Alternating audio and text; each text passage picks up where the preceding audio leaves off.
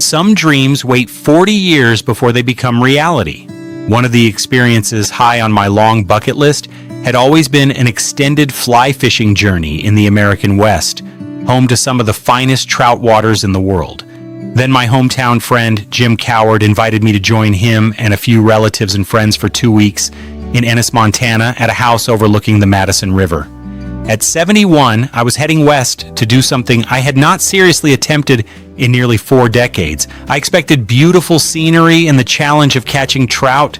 What I found was much more: friendship, humility, gratitude, and a renewed sense of wonder in God's creation. This is the Madison River, more than catching trout.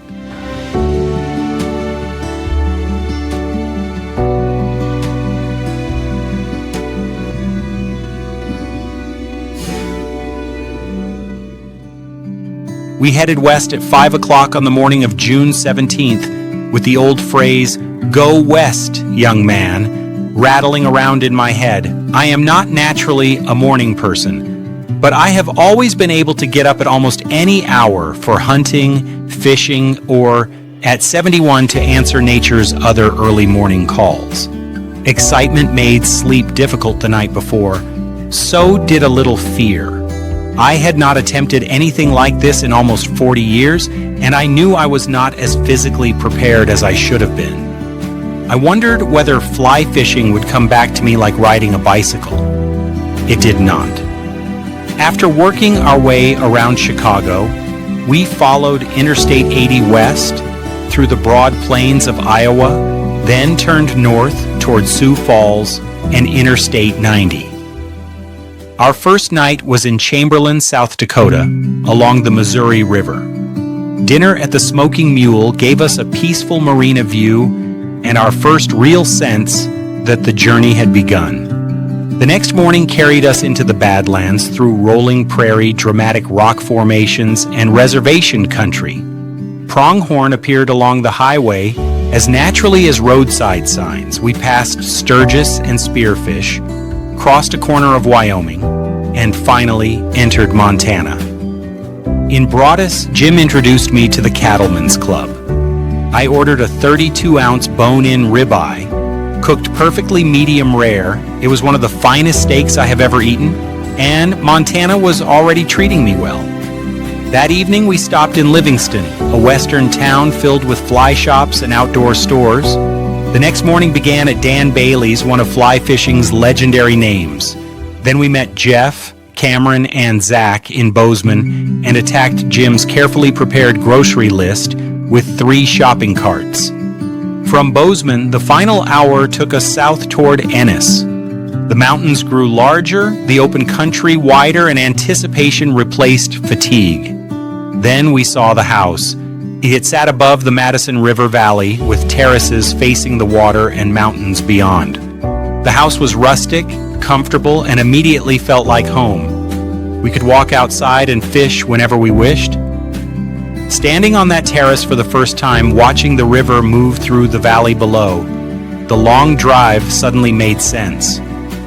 After nearly 2,000 miles, we had arrived at the Madison. The Madison River is more than a beautiful piece of water. It is one of the defining trout streams of the American West. The river begins inside Yellowstone National Park, where the Firehole and Gibbon Rivers meet. From there, it travels north and west through mountain valleys, lakes, and broad Montana ranch country before joining the Jefferson and Gallatin Rivers near Three Forks to form the Missouri. Along the way, the Madison changes character. In some places, it is deep and powerful. In others, it spreads across long, shallow riffles that seem almost designed for a fly fisherman. The current remains demanding, but the water is generally cold, clear, and rich with insect life, the foundation of a remarkable trout habitat. The valley also carries reminders of the power beneath this peaceful landscape. In 1959, a major earthquake triggered a massive landslide near Hebgen Lake. The slide blocked the river, created what became known as Quake Lake, and permanently reshaped this part of the Madison. For fishermen, the river's reputation comes from more than the number of trout. It is the entire experience: rising fish, changing hatches, strong currents, and miles of water that require patience and attention. Brown trout and rainbow trout hold behind rocks, along seams, and beneath undercut banks, often close enough to see but rarely easy to fool. The Madison is sometimes called a 50-mile riffle. That description captures both its appeal and its challenge. The river keeps moving. The footing can be uncertain, the wind can disrupt a cast, and the trout can reject a fly without explanation. Yet that difficulty is precisely why people return. Success must be earned. Every good presentation, every solid step, and every fish brought to hand feels like a small victory. Standing beside the Madison, it becomes clear why this river inspires such loyalty. It is not simply a place to catch trout, it is a place that demands your full attention and rewards it with beauty, humility. Fly fishing often looks like a solitary pursuit. One person, one rod. But this trip was never really solitary. The deeper story was fellowship. We had a different group each week, with Jim and me as the only two weekers. Some of the men had known one another for years. Others were meeting for the first time. Yet it did not take long for fishing to give us a common language. Fishermen share information in a way that is difficult to explain to anyone outside the sport. We compare flies, knots, currents, weather, and the places where a trout rose, but failed to take.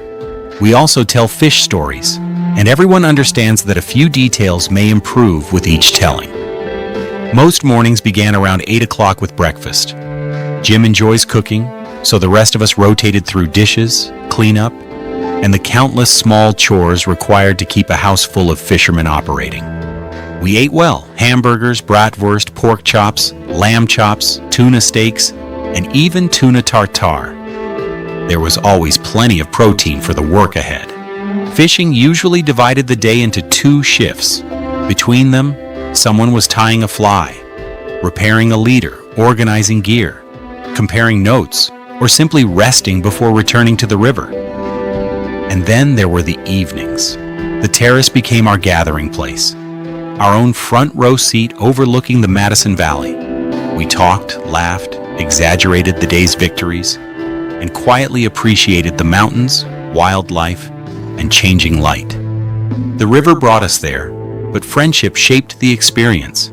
Trout gave us something to pursue. Fellowship gave the journey its lasting meaning. Long after the details of individual catches fade, the meals, laughter, conversations, and men who shared those days will remain. The Madison River taught me very quickly that remembering how to fly fish and being ready to fish were 2 different things. I had warmed up that spring on Michigan's Au Sable River, but nothing there fully prepared me for the Madison. Its speed, its uneven bottom, or the rocks and boulders beneath every step. Those rocks can be slippery, unstable, and unforgiving. Wading was not simply a way to reach the fish. It was part of the challenge. Then, there was the equipment. Fly fishing may look simple from a distance: a rod, a line, and a small fly. In reality, every part of the system matters. The weight and length of the rod, the reel and fly line, the leader, the tippet, and finally, the fly itself. Should it be a dry fly floating on the surface, a wet fly beneath it, a nymph, a streamer, or an imitation of whatever insect was hatching that day? The answer depends on the depth and temperature of the water, the current, the weather, and what the trout are feeding on at that particular moment. And all of that must be carried with you. Fly boxes, extra leaders and tippet, line cutters, floatant, forceps, insect repellent, water, a net, magnifying glasses for tying tiny knots, and on the Madison, a dependable wading staff. I'd invested in lightweight, waist-high waders before the trip. Finding the right fit at this stage of life was an adventure of its own. Mine worked, but they were not perfect, and neither was my system for organizing all that gear. At first, I spent too much time tying knots, changing rigs, untangling line, and retrieving flies from bushes behind me.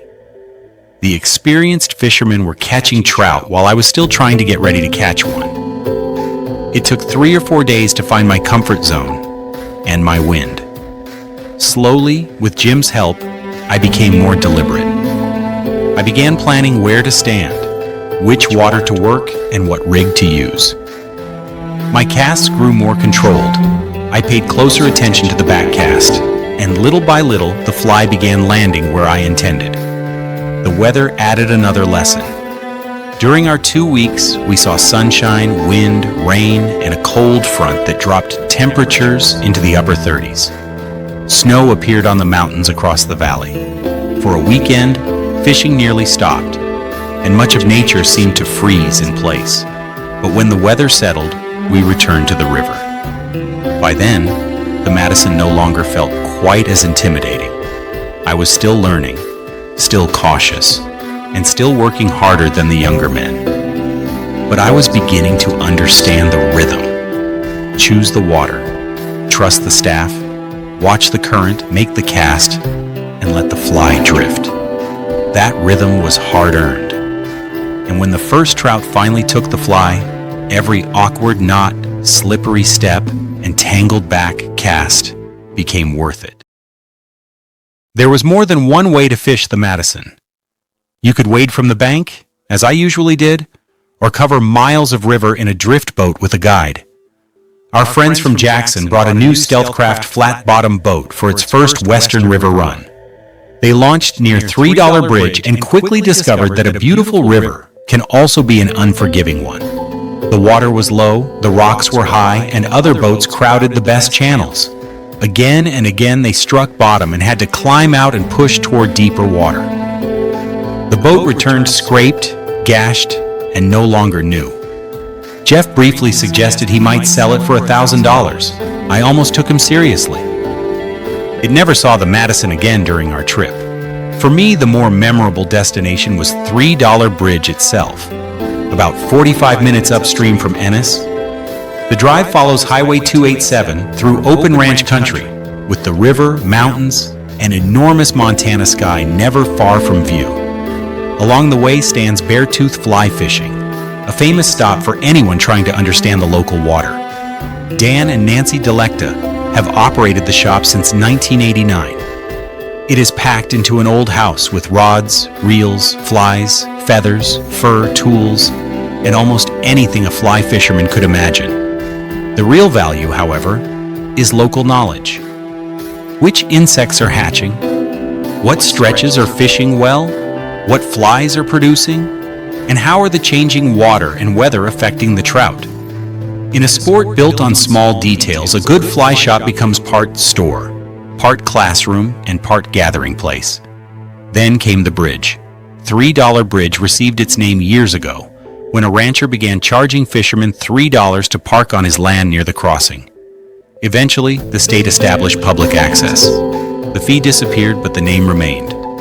This part of the Madison is bigger, faster water. Massive boulders rise above the surface, offering places to stand, but the river is too deep and powerful to cross casually. Every step deserves respect. On my first visit, Jim and I walked a short distance downstream and found a deep hole close to the bank. The water seemed alive.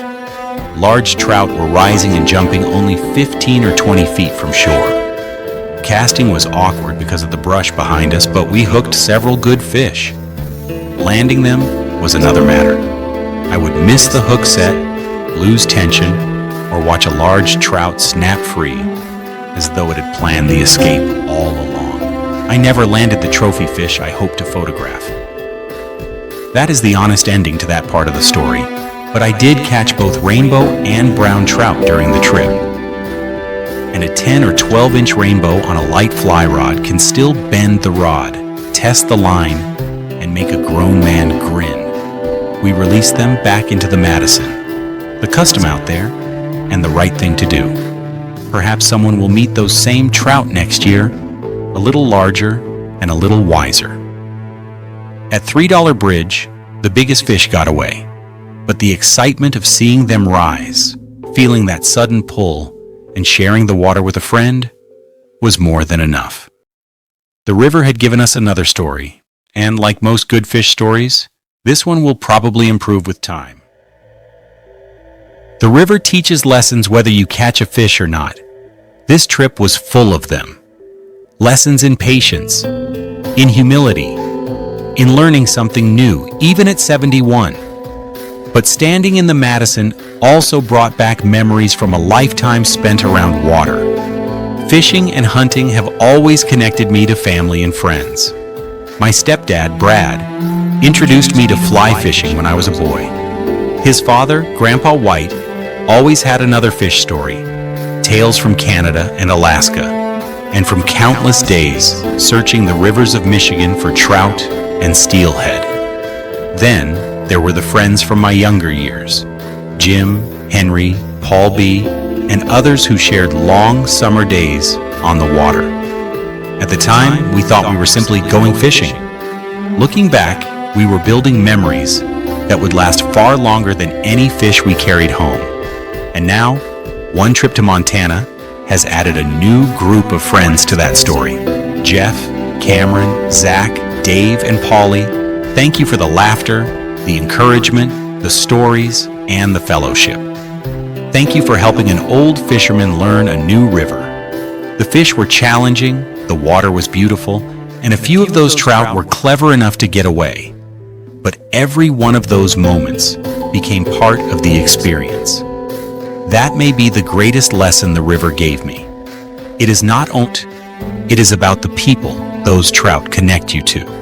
It is about standing together in cold water, sharing a meal at the end of the day, and retelling the story until the fish grows just a little larger.